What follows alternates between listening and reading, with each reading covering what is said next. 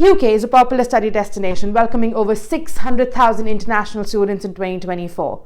If you're an international student and want to study in the UK, you're probably going to need a student visa. Hello and welcome to the Find a PhD YouTube channel, where we give you all the information and advice on everything postgraduate related. And today we're going to talk about the ins and outs of the UK student visa and how to apply for one. The first bridge to cross is whether you actually need a student visa. If you're an international student, you will be needing one. European students also come under this category now. So unless you're a European student with a long residence in the UK, you will be needing a student visa. Students from some other nationalities with a long residence in the UK may also be exempt, and some other exceptions include if you have a right to refugee status or a right to asylum in the UK. So if you think you need a student visa, stick around because we're going to go through the entire process in detail. Now that you know you need a visa, let's see what you need to apply for one. If you have been accepted at a full-time or a part-time course at a UK university, have English language proficiency, and have enough financial support, you shouldn't have any trouble applying for a UK student visa. The UK visa process since 2020 works on a points-based system.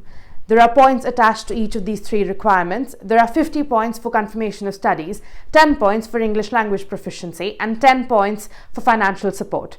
You'll need all these 70 points to meet the conditions of the points-based system. Remember, there might be other documents you'll need to submit when you apply as well, and whether or not your application gets approved depends on a lot of factors outside these three as well. The first condition you need to meet is to confirm that you have been accepted at a university with a license to sponsor students. This simply means that you have a place at a course that meets all immigration requirements. Universities usually confirm this by giving you a CAS. There is no need to panic because most public universities and private institutions in the UK have the license to sponsor students, but it is best to check with your university just to be sure. You cannot apply for a student visa without a CAS. So you need to first apply for a PhD to be able to apply for a student visa. You must also remember you have up to 6 months after you get your CAS to apply for your visa. So how do you get a CAS? It is quite simple. You will need to have an unconditional offer from your university, and then you can request a CAS from them. You'll need to submit proof of completion of your previous qualifications, your transcripts, and your results to be able to get an unconditional offer. Your university should be able to tell you exactly what they're going to need from you. You may also need to submit a deposit, which is usually a portion of your tuition fee. Once you've done all of this and your university is satisfied, they will be able to issue you a unique CAS number.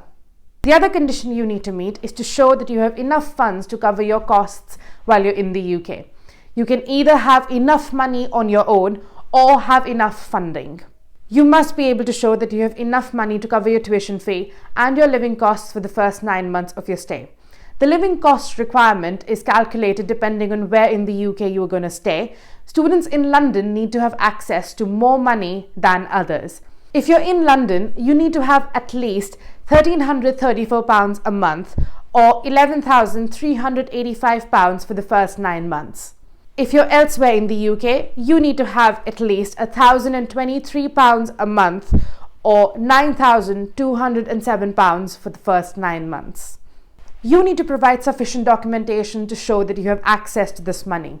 You can provide bank statements from your own bank account or of one belonging to a parent or a guardian. You can also show proof that you have a loan or a sponsorship. However, you cannot use public funds or benefits for this. You'll usually be asked to provide all of this documentation when you apply for a visa online.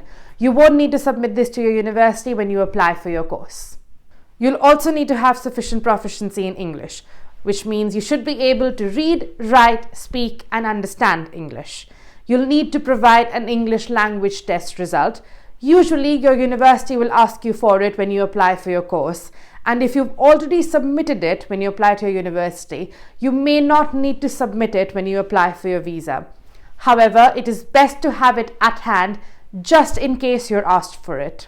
If you've studied in an English-speaking country previously, You won't need to prove your language proficiency. The list of countries included are all available on the UK government website, and we'll also leave a link down in the description below.